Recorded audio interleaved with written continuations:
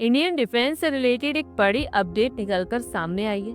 Indian air force इस समय fighter jets की कमी से जूझ रही है। इसमें तो कोई शक नहीं है, लेकिन इस कमी को पूरा करने के लिए कोई सही तरीका किसी के पास नहीं है। एयरफोर्स बार बार रफाल को खरीदने के लिए गवर्नमेंट को बोल रही है, लेकिन डील की कॉम्प्लिकेशन और हैवी एक्सपेंसिव ने कई सवाल खड़े किए।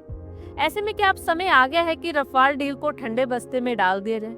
आपको बता दें कि इस समय एयरफोर्स को फाइटर जेट्स की 42 स्क्वाड्रन की जरूरत है, लेकिन हमारे पास अभी 31 स्क्वाड्रन ही बचे हैं। एयरफोर्स भी इस बात को बार बार उठाती रहती है कि उसे जल्द से जल्द फाइटर जेट्स चाहिए, लेकिन हालात कुछ ऐसे ही बन रहे हैं कि मामला डलता जा रहा है।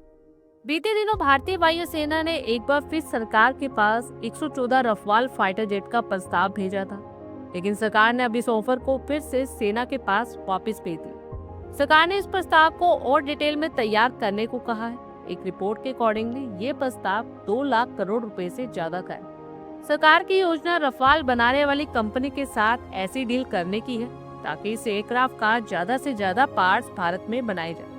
गवर्नमेंट ट्रांसफर ऑफ टेक्नोलॉजी की बात कर रही है, लेकिन एक्सपर्ट्स का कहना है कि अब रफाल को खरीदने का समय हाथ से निकलता जा रहा है। उन्होंने कहा कि अगर कुछ महीनों में ये डील सरकार और सेना आगे नहीं बढ़ाती तो फिर उसका कोई मतलब नहीं रह जाएगा।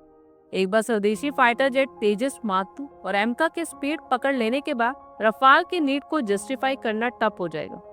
तेजस मार्क 2 स्वदेशी 4.5 जनरेशन का फाइटर जेट है। इस पर तेजी से काम चल रहा है। इसका प्रोटोटाइप उड़ान भरने के अगले साल के मिड तक पूरा किया जाएगा।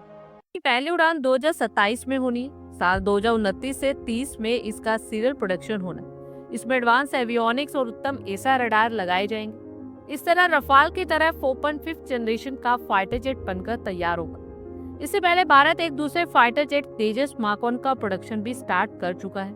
अगले कुछ दिनों इसकी पहली खेप एयरफोर्स को सौंपने की तैयारी चल रही है। भारत अपने 5th जनरेशन के फाइटर जेट एमका पर भी तेजी से काम कर रहा है। इसका प्रोटोटाइप 2030 तक कंप्लीट करने की प्लानिंग है। फिर इसकी ट्रायल फ्लाइट चलेंगी और 2035 तक इसको सेना के हवाले किया जा सकता है। अब दूसरी तरफ रफाल की बात करें तो फ्रांस ने रफाल से इसके लिए अब तक 2 डील्स की हैं।